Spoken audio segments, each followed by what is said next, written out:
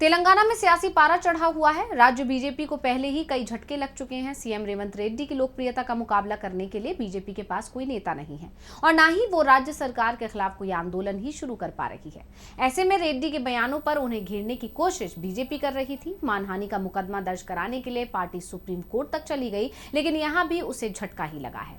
तो क्या फैसला दिया सुप्रीम कोर्ट ने, देखिए रिपोर्ट। सुप्रीम कोर्ट से बीजेपी को बड़ा झटका लगा है। तेलंगाना बीजेपी ने सीएम रेवंत रेड्डी के खिलाफ मानहानिकारक बयान देने के लिए याचिका दायर की।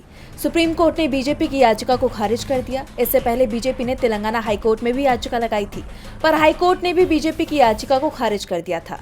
लेकिन सुप्रीम कोर्ट ने तो इस पर सुनवाई से ही इनकार कर दिया, साथ ही बीजेपी को फटकार भी लगा दी। सीजेआई बीआर गवाई, जस्टिस के विनोद चंद्रन और न्यायमूर्ति अतुल एस चंदुरकर की पीठ ने कहा कि वो इस मामले में हस्तक्षेप करने के लिए इच्छुक नहीं है।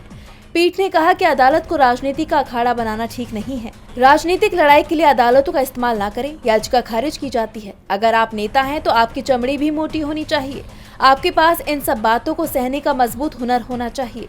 हाल ही में तेलंगाना हाईकोर्ट ने रेड्डी की याचिका पर सुनवाई की थी, जिसमें हैदराबाद की एक निचली अदालत में लंबित मामले की सुनवाई को रद्द करने की गुजारिश की गई थी। बीजेपी की तेलंगाना इकाई के महासचिव ने रेड्डी के खिलाफ शिकायत दर्ज कराई थी, जिसमें आरोप लगाया गया था कि उन्होंने पार्टी के खिलाफ अपमानजनक और भड़काऊ भाषण दिया। लेकिन हाईकोर्ट ने याचिका खारिज कर दी थी और अब चीफ जस्टिस बीआर गवाई की बेंच ने भी इस मामले पर सुनवाई से इनकार कर दिया। ये बीजेपी के लिए बड़े झटके के तौर पर देखा जा रहा है। डीबी लाइव की रिपोर्ट।